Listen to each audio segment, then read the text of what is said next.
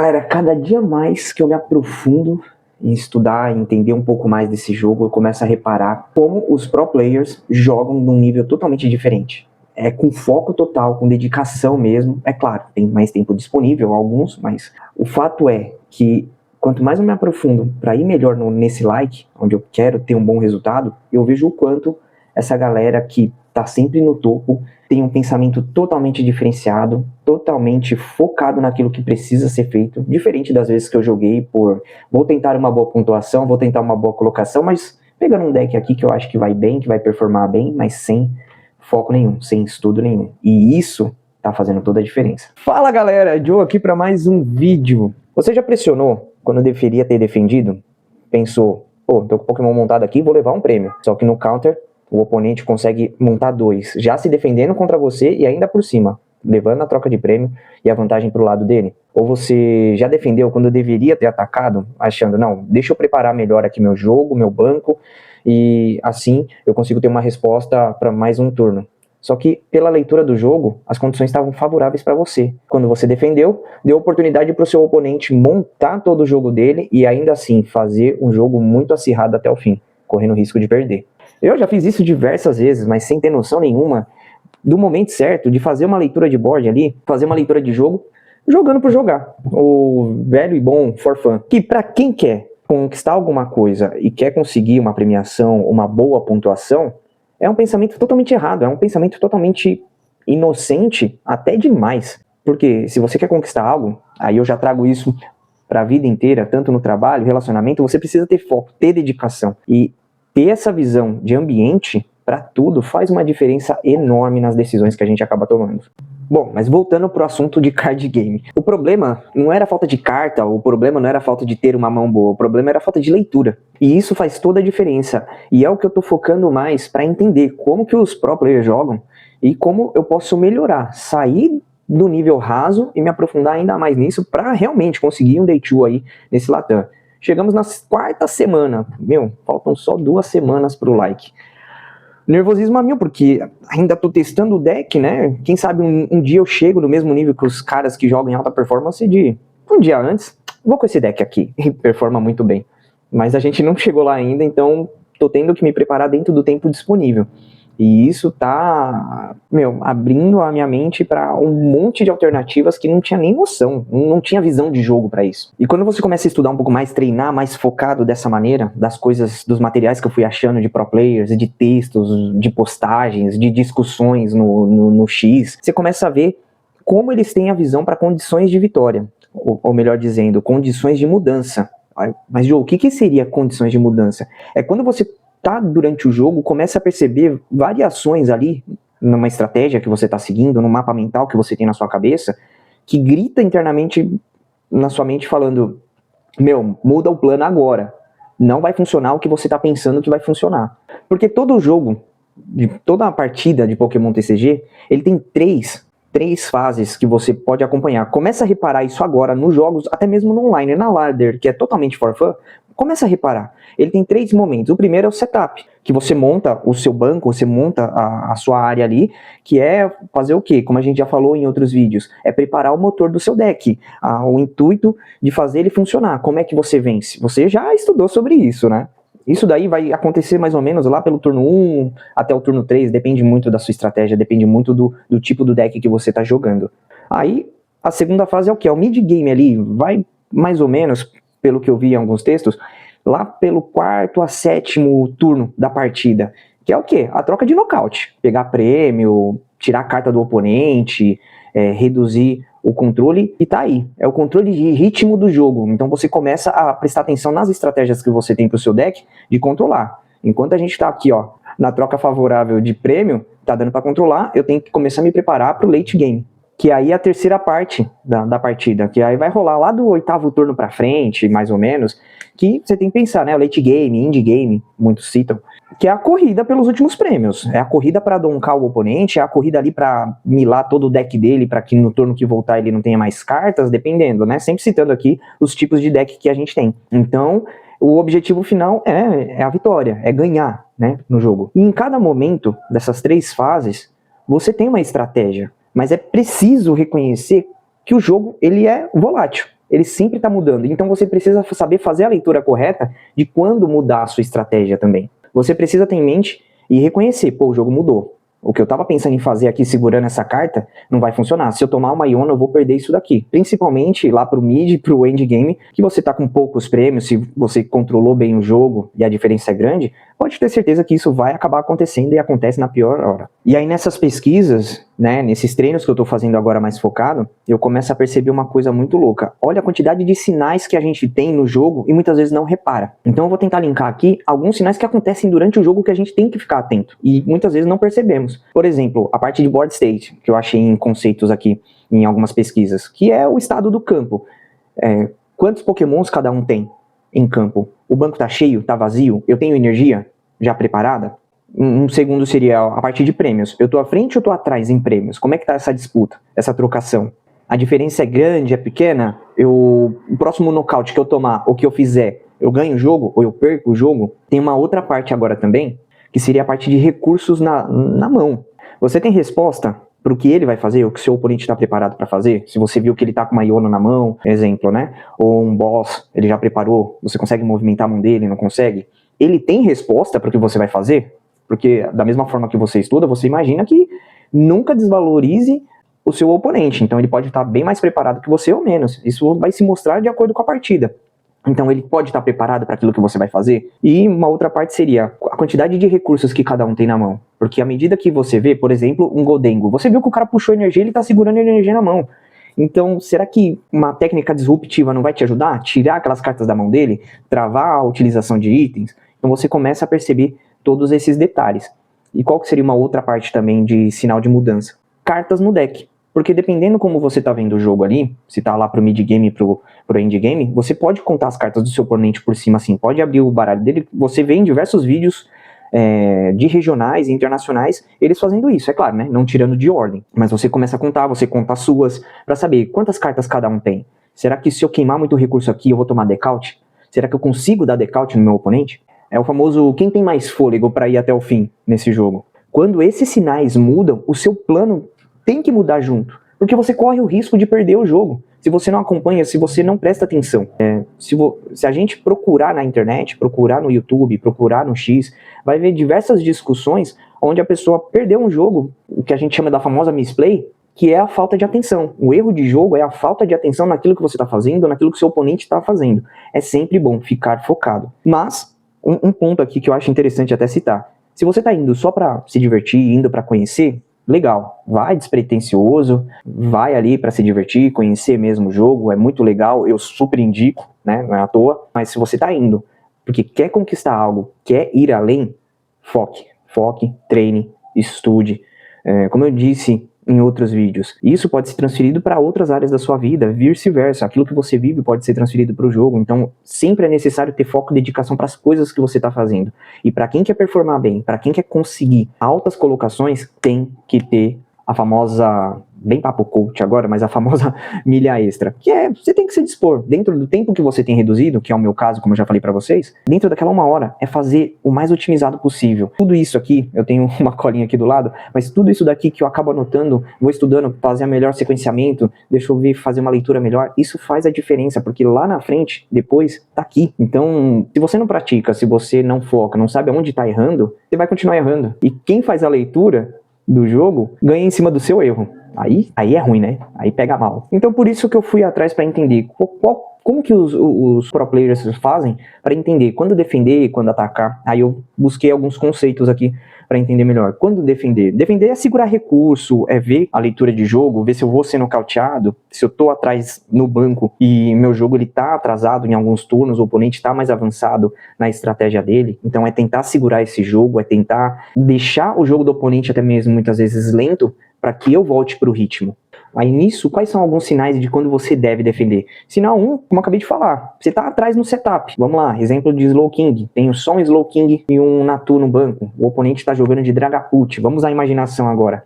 O cara já tá com 2 básicos do Dragapult, que eu fiz questão de esquecer o nome agora. Só que você viu que ele já puxou Dracloak, ele já tá preparando, ele já desceu outros Pokémon ali para fazer um nocaute em massa. Eu preciso fazer alguma coisa. Se eu tô com a minha lista de Slowking que leva o Budew, eu vou tentar trazer o Budiu o mais rápido possível para poder subir ele e travar o oponente e tirar aquele slow poke da frente para ter um respiro aí de se recuperar no próximo turno, desde que ele não nocauteie o meu Natu, que ele consiga evoluir para eu acelerar a energia.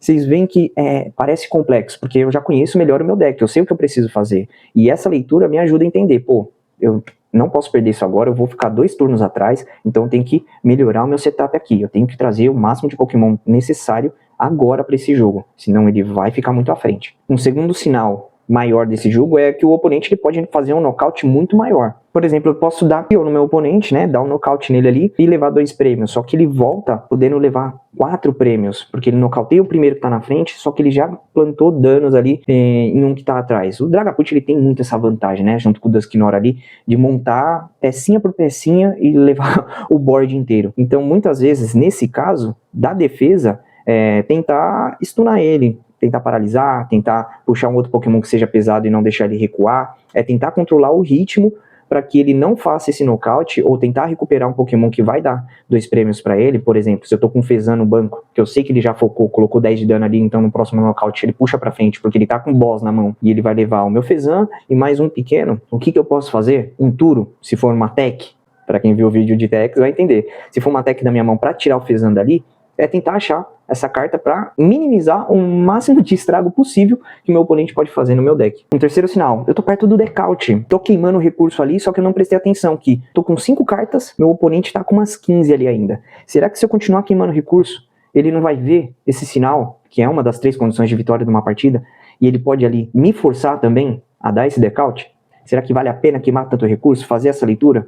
Segurar, se eu tô com o máximo de cartas possíveis na mão e o prêmio tá equalizado, né, um 3/3, um 3/2, vale uma Iono, porque eu volto o recurso ali pro baralho, tiro qualquer pretensão do meu oponente de fazer ou gastar, e principalmente, ou tentar milar o deck dele, seja com alguma jogada, algo do tipo, ou travar ele o suficiente para que se inverta o papel.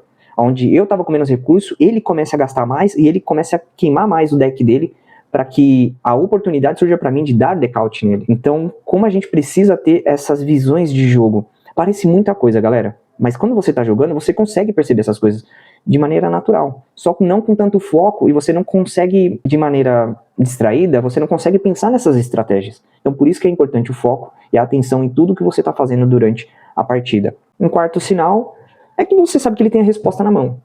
Então você viu que ele puxou um boss, porque ele já foi pro nocaute, ele sabe que você vai ter essa troca de prêmio com ele, e ele já prepara algo para finalizar o jogo no próximo turno. O que você pode fazer? Aí é pensar nas estratégias disruptivas, é fazer ele gastar esse boss com uma outra coisa, travar ele de alguma outra maneira. Por exemplo, com a Iono, você conseguir fazer aquele boss sair da mão dele e ir pro fundo do baralho. Sim, tem o fator probabilidade e sorte também, com o famoso top deck. Há estratégias que você pode seguir durante o jogo que mudem totalmente o desfecho dessa partida. Então, um resumo da parte de defesa aqui que é importante. Vamos lá. Defenda quando o seu setup é mais fraco. O oponente ele pode responder com uma estratégia mais forte, com um Pokémon mais forte. Você tá perto do decaute e ele tem a resposta na mão. Boss, Iono. A paciência, ela ganha o jogo muitas vezes. Joe, e quando pressionar? Pressionar o jogo é acelerar nocaute mesmo, é fazer ele gastar recurso, queimar recurso, não dar espaço para ele criar a estratégia dele, é pressionar mesmo o oponente, muitas vezes até cometer um erro. Aí um dos primeiros sinais que você pode pressionar é a famosa janela de oportunidade. Que é o quê? Você vê que o oponente está vulnerável. Passou um turno, um Pokémon na frente, passo. O cara não fez mais nada. Se você sabe que tem Pokémon na sua estratégia que consegue gerar um nocaute de imediato, ou que você conseguiu montar no seu turno, sabe que no segundo turno seu, você consegue nocautear e ele não consegue fazer mais nada, ou ele colocou mais um Pokémon atrás para tentar dar um respiro, você vai pressionando e gerando esse nocaute. É um momento que ele realmente, a estratégia dele tá travada, o famoso deck bricado, que ele não consegue expandir a estratégia dele. Então você tem que aproveitar essa oportunidade. Muitas vezes a gente pensa ao contrário, pô, ele tá travado, eu vou fazer meu banco aqui, vou fazer meu jogo. Só que se você sabe que o core do seu deck ele é agressivo, ele é um deck agro e você consegue gerar aquele nocaute, quando você pensa ao contrário de defender, não, já que ele tá travado ali, vou montar meu banco, sabendo que você tem condição de vitória, você tá dando tempo e respiro para ele. A janela se fecha e esquece. Aí ele pode vir com tudo para cima de você porque ele aproveitou melhor a oportunidade do que você. O segundo cenário, que é o quê? Você tá com a vantagem.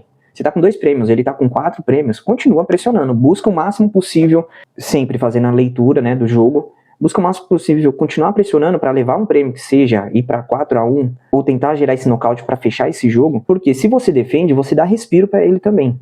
Na troca de prêmio, você bateu e não nocauteou ou não levou um prêmio a mais para criar essa pressão pro outro lado, você tá dando respiro onde ele consegue recuperar e muitas vezes dá um comeback que você...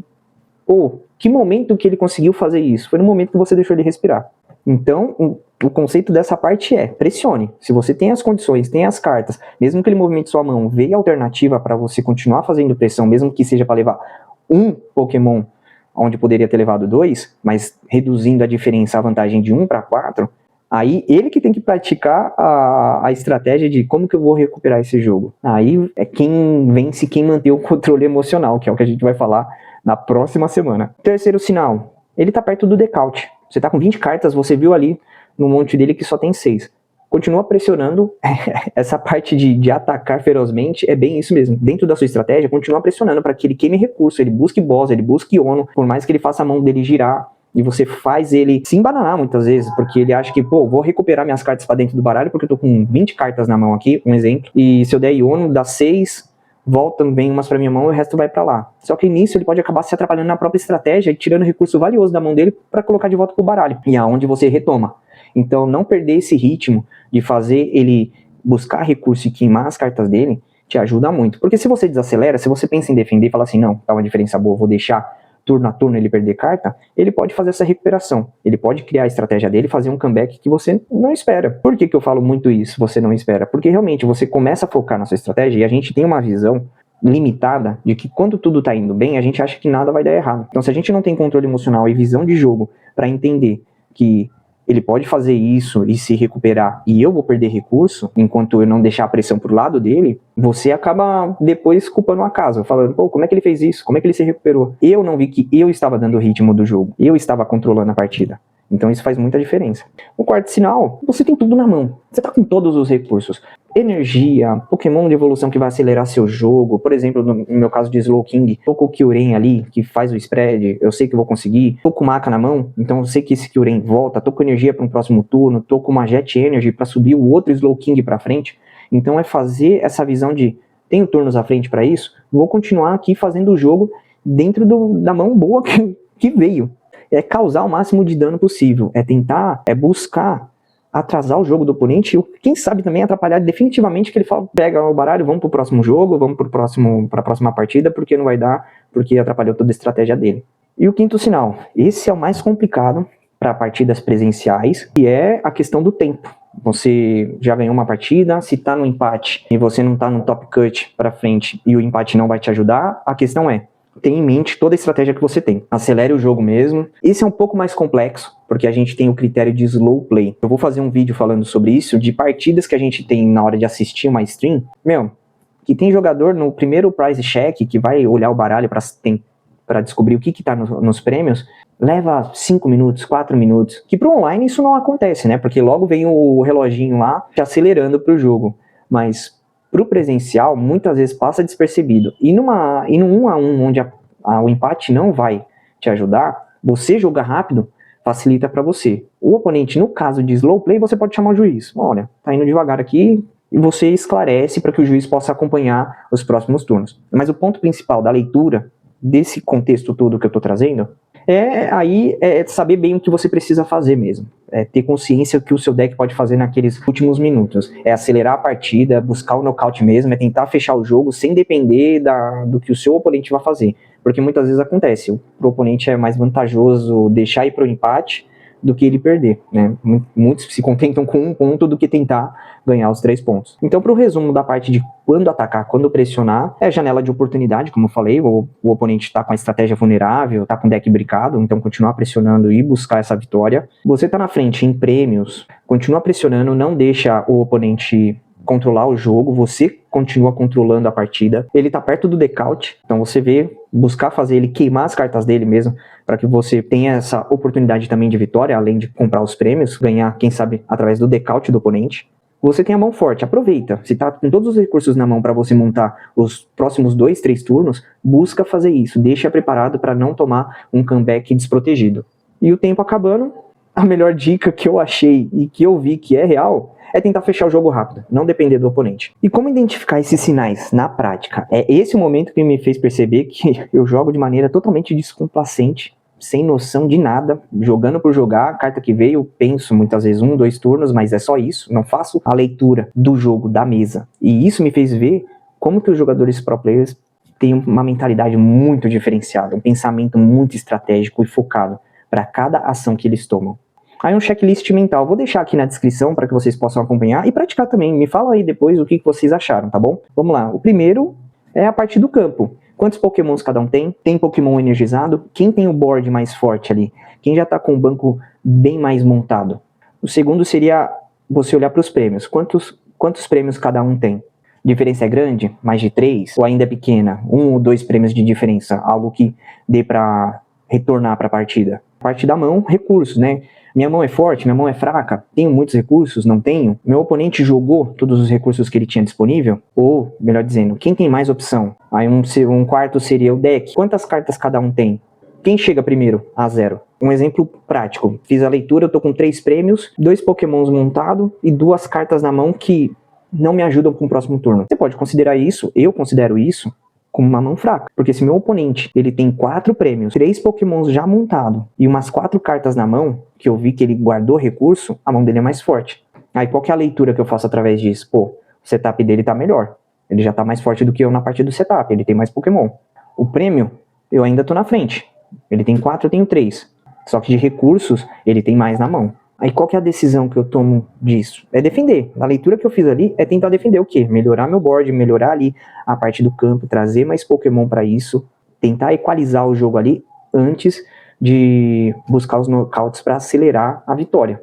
Parece muita coisa, mas essa leitura leva ali, no máximo, de 10 a 15 segundos. E é algo que pode mudar drasticamente a partida e a condição de vitória que você não está vendo. Bom, mas recapitulando, sinais de mudança são informações que dizem, muda o seu plano. Defender, quando o setup está fraco, o oponente ele pode responder com velocidade e quando você está perto do decaute. E pressionar quando o oponente está vulnerável, janela de oportunidade, você tem a mão forte, várias cartas e recursos, e você está na frente do jogo, controlando a partida. E quarto, leitura de board, leitura do jogo. Prêmios, banco, recursos e quantidade de cartas no deck. Galera, como eu repito em todo vídeo, não existe regra absoluta. Cada jogo, ele é diferente. Mas se você reconhecer esses sinais, você consegue fazer a melhor leitura para aquele momento.